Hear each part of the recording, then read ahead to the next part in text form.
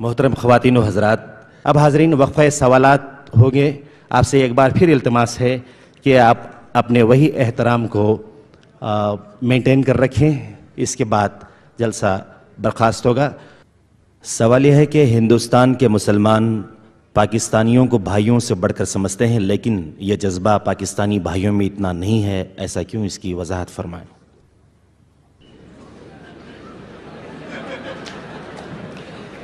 میں پورے پاکستانیوں کی یہاں پر نمائندگی نہیں کر رہا، اپنی بات کر رہا ہوں۔ سوال یہ ہے کہ is it permissible for aged parents to stay with their married sons؟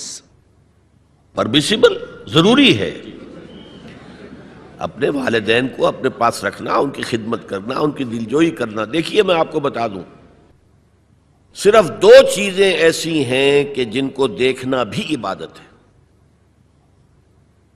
خانہ کعبہ کو آپ طواف نہ کر رہے ہیں، بیٹھے ہوئے ہوں، اس کی تعظیم کے ساتھ، محبت کے ساتھ اسے دیکھیں، یہ عبادت ہے۔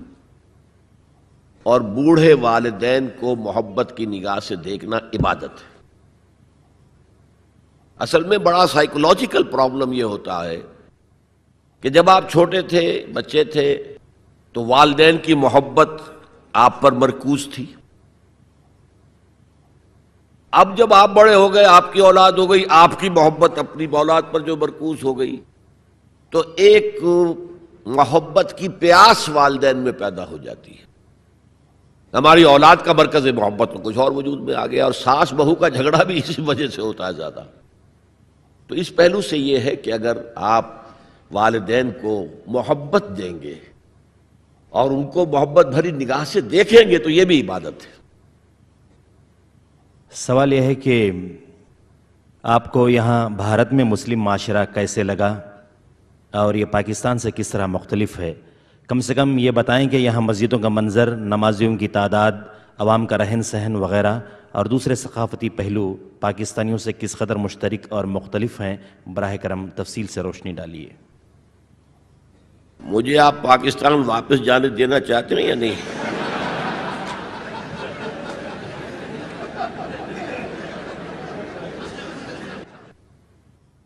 سوال یہ ہے کہ دل کی نماز کا اکثر چرچا ہوا کرتا ہے۔ جی؟ سوال یہ ہے کہ اکثر دل کی نماز کا چرچا ہوا کرتا ہے، یہ دل کی نماز کا مسئلہ کیا ہے؟ کیا یہ سچ ہے؟ میں تو واقف نہیں ہوں، آپ سے پہلی مرتبہ سنا ہے۔ یہ میں جانتا ہوں کہ نماز دل کے ساتھ پڑھنی چاہیے، دلی آمادگی کے ساتھ پڑھنی چاہیے، لیکن دل کی نماز کیا ہے یہ میرے علم میں نہیں۔ ایک اور سوال ہے کہ ہم غیر مسلم کے سامنے یہ کیسے بیان کر سکتے ہیں وضاحت کے ساتھ کہ حضور اکرم صلی اللہ علیہ وسلم نے کئی شادیاں کی تھیں، کبھی یہ بھی کہا جاتا ہے کہ 11 ان کی بیویاں تھیں، کس طرح ہم اس کی وضاحت ان کو کر سکتے ہیں؟ کیسے اس کا ہم ان کو جواب دے سکتے ہیں؟ جواب دیجئے کہ راجہ دسرتھ کی کتنی تھیں، حضرت داؤد علیہ السلام کی کتنی تھیں؟ یہ ہر دور کی بات ہے۔ پولی گیمی جو ہے دنیا میں ہمیشہ رہی ہے، ہمیشہ رہی ہے، اور خاص طور پر قدیم زمانے میں جو سردار ہوتے تھے وہ اس لیے بھی شادیاں کیا کرتے تھے زیادہ کہ مختلف قبیلوں سے ان کے رشتے قائم ہو جائیں، تو اس سے یہ کہ سیاسی مصلحت بھی حاصل ہوتی تھی۔ پھر حضور یہ بھی چاہتے تھے کہ عورتوں کے بارے میں میری تعلیمات زیادہ سے زیادہ خواتین آگے پہنچا سکیں میرے بعد۔ جیسا کہ میں نے کہا کہ عورتوں کے لیے تو اسوہ صرف ازواج مطہرات ہیں، اور شوہر اور بیوی کے جو بہت ہی یوں سمجھیے کہ انٹیمیٹ ریلیشنز ہوتے ہیں، وہ بھی ایک ضرورت ہے انسان کی کہ معلوم ہو شوہر جو ہے، شوہر بیوی روزے کی حالت میں کس حد تک جا سکتے ہیں، یہ معلوم ہونا چاہیے۔ کس سے آگے بڑھیں گے تو روزہ ٹوٹ جائے گا اور کفارہ دینا پڑے گا 60 روزے، تو ہوش ٹھکانے آ جائیں گے۔ لہذا یہ تو ساری چیزیں، جیسے کہ بعض صحابہ نے آ کر عرض کیا حضور سے کہ حضور یہ یہودی ہمارا بڑا مذاق اڑاتے ہیں کہ تمہارا نبی تمہیں بڑی چھوٹی چھوٹی باتوں کی تعلیم دیتا ہے۔ آپ نے فرمایا ان سے کہو ہاں، ہمیں تو ہمارے نبی نے طہارت کرنی بھی سکھائی ہے، وہ بھی زندگی کا ایک حصہ ہے، جسم پاک ہوگا تو عبادت ہوگی۔ لہٰذا یہ ساری چیزیں جو ہے وہ اس کے لیے بھی ضرورت تھی۔ خاص طور پر حضرت عائشہ کے ساتھ اس کے ینگ ایج میں شادی کی سب سے بڑی زرز و غائب، کیونکہ انہیں اتنا عرصہ ملا پھر بعد میں، اور وہ معلمہ امت بن گئیں، اور وہ جو فقہائے صحابہ ٹاپ کے ہیں ان میں ان کا شمار ہے۔ اس اعتبار سے عبداللہ ابن مسعود ہیں، حضرت عمر ہیں، حضرت علی ہیں، یہ ہے فقہائے صحابہ، اور ان میں ہی حضرت عائشہ صدیقہ رضی اللہ تعالی عنہ کا نام بھی ہے۔ پوچھا گیا ہے کہ ladies are forbidden to see غیر محرم but we are seeing you while you are preaching, can it be permissible? آپ نگاہیں نیچی رکھیں۔ سوال یہ ہے کہ آپ نے اخبارات کو یہ بیان دیا ہے کہ کشمیر سے متعلق آپ نے جو کہا ہے اس کی وضاحت کریں، جبکہ بقول مودودی کشمیر کے ساتھ میرا تعلق وہی ہے جو میرے اپنے جسم کے کسی حصے کا تعلق میرے ساتھ ہے۔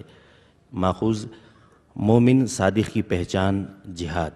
لیکن شاید آپ کے معلوم ہوگا کہ 1948 کے جہاد کشمیر کو مولانا نے جہاد نہیں مانا تھا، اور اس پر ان کے خلاف بڑا طوفان اٹھا تھا، اور انڈین ریڈیو نے بہت زیادہ ایکسپلائٹ کیا تھا ان کے اس بیان کو۔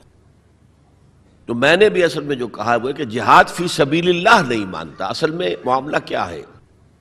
ایک جہاد ہے فی سبیل الحریت، آزادی کے حصول کے لیے، سیلف ڈٹرمنیشن کے حصول کے لیے جہاد، اور اس میں بھی میں بہتر یہ سمجھتا ہوں کہ اگر کشمیری اس کا جہاد کرنا چاہیں تو پیسفل ذرائع سے کریں۔